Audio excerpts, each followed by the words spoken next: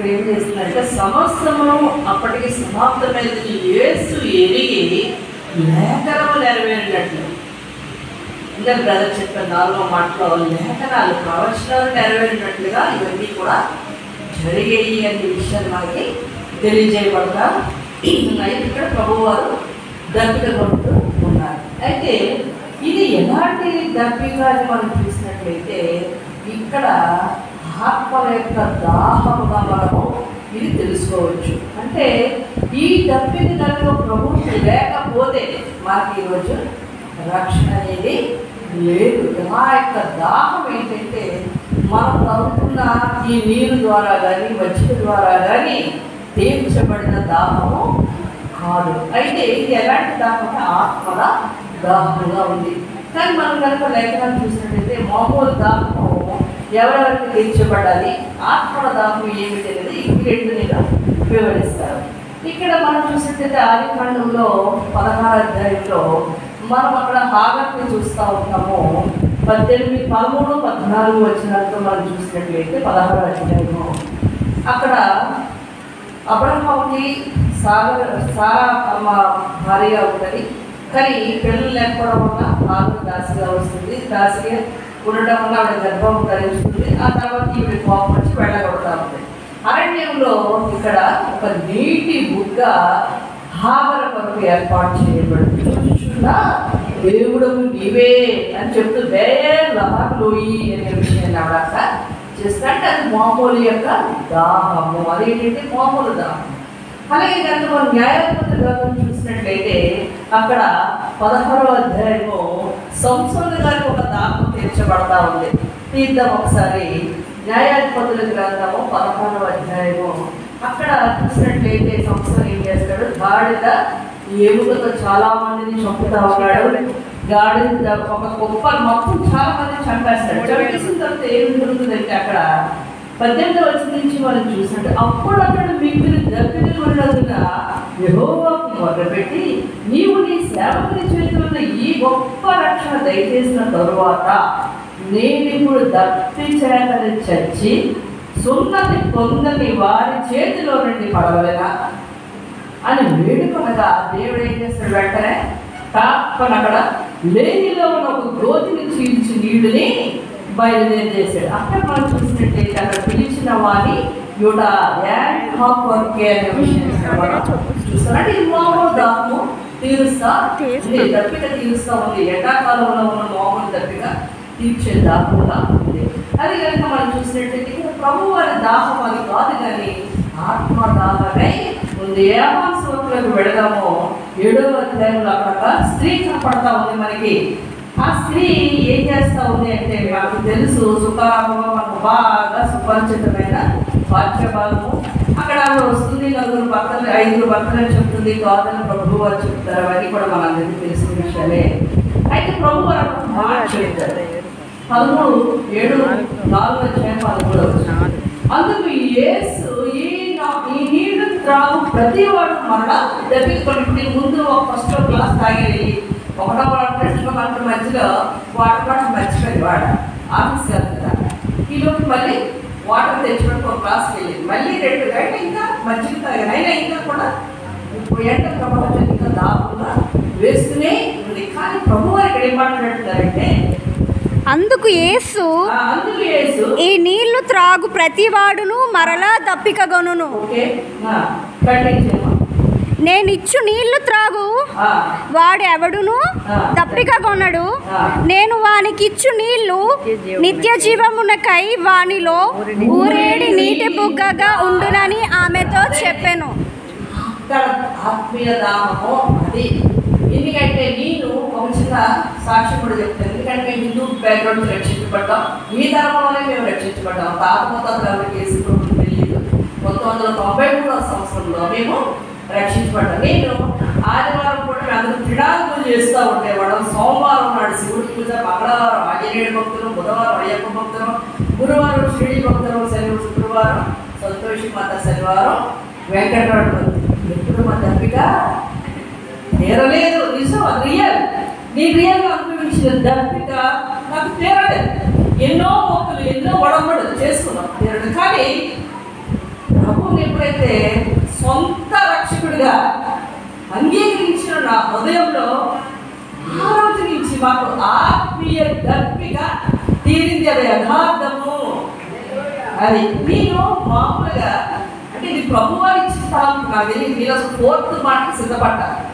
నేను 5వ మాట చెప్పాలండి ప్రభు తలంపు. అది దేవుని చిత్తమైనది. మనం ఏది చేయాలన్నా ప్రభువు ప్లానింగ్లో లేకుండా ఉండలేము. నాకు అసలు హెల్త్ బాగాలేదు, ఆరోగ్యం బాగాలేదు, అయినా అసలు చెప్పలేని పరిస్థితిలో ఉంటారేమో అనుకున్నాను. కానీ దేవుడు నిలబెట్టాడు.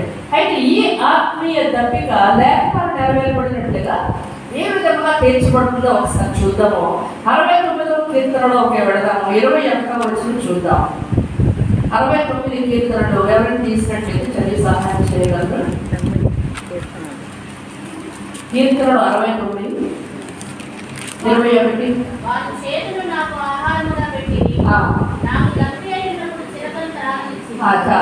Thank you. ఇక్కడ వాళ్ళు చేతును ఆహారంగా పెట్టారు, దప్పికైనప్పుడు చిరకను. అసలు ఈ చిరక ఏంటి చూద్దాం. చిరక ఏంటంటే అది ఒక చేదు ద్రవం. అది తాత్కాలికముగా దప్పిక తీర్చే టెంపరీ రిలీఫ్ అన్నమాట. రూపాయల్లో మనకు కాదని మనకు మంచిగా ఇచ్చారు HDUC వాళ్ళు. డోంట్ వరీ, మన చేదు చిరకలు లేవు, సంతృప్తి చెందుదాం. అయితే ఇక్కడ చేదు చిరకాన్ని ప్రభువుకి ఇచ్చారు ఉంచి. ఎందుకు చేదు చిరకని ఇచ్చారు? అసలు వాళ్ళకు ఆ ప్రభు ఇష్టం లేదు కదా. ఆయన యూదుల రాజుని ఇలా గేడి చేస్తూ ఎగదాడి చేస్తూ గొల్గొతా కొండ దగ్గర కపాలపడిన స్థలంలో ఆ యొక్క ప్లానింగ్ అప్పుడు చెప్పారు పిక్చర్లో.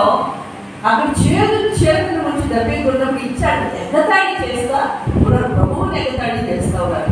అయితే ఆయన దాహము తీరిపోయింది అనుకోండి. నిజంగా వాడు మంచిది ఇచ్చి దాహం తీరిపోతే ఈరోజు నీకు నాకు అన్యులకి రక్షణే లేదు. కాబట్టి ప్రభువారు అక్కడ చేదు చిరకని తీసుకున్నారు.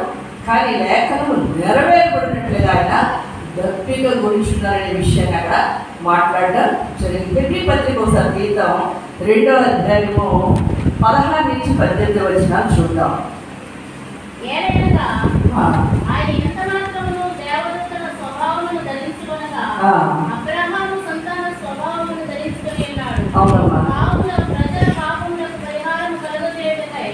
దేవుని సంబంధమైన కార్యములలో కనికరమును నమ్మకమును గల ప్రధాన యాజకులకు నిమిత్తము అన్ని విషయములలో ఆయన తన సహోదరుల వంటి వాడు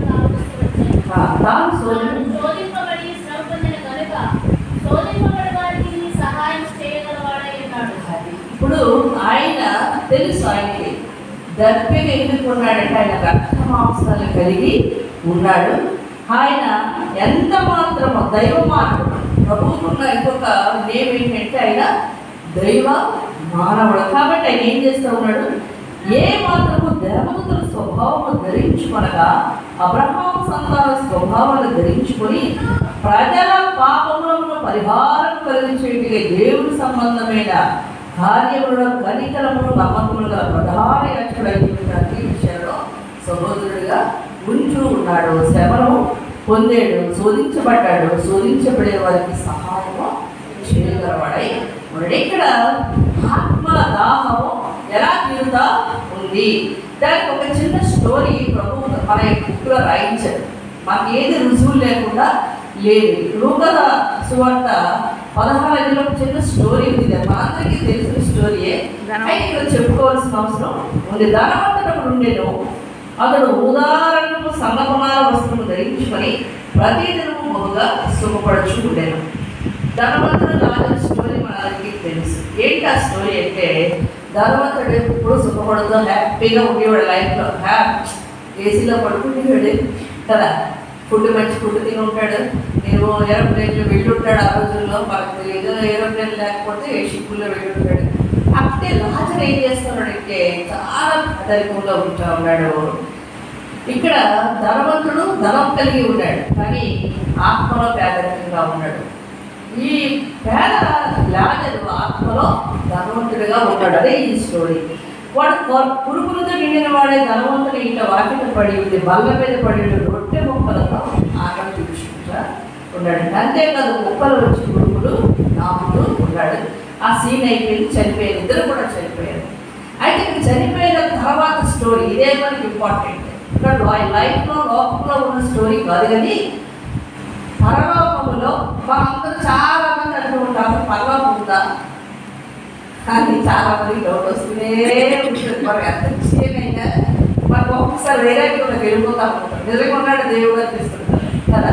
ఇక్కడ ఈ స్టోరీ కనుక మనం చూసాడు, ఎందుకంటే ఈ లేఖనం ఒకటైనా పొల్లు పోదని ప్రభు వారు చెప్పారు. దీన్ని మనం దేవుడిగా భావిస్తూ ఉన్నాం. వాక్యం మాకి చాలా మంది ఏంటంటే ఫొటోస్ ఉండడం గోడలు లేకుండా నేను వాక్యాలు పెడతాను అంటారు. మనకి ఏంటి దేవుడు? వాక్యమే మన దేవుడు. కాబట్టి ఇక్కడ ఏం చెప్తున్నాడంటే, దరిద్రుడట చనిపోయి దేవదూతల చేత అబ్రహాము అనుకుంటే కొనుకోబడ్డాడు. తర్వాత ఏమయ్యాడు?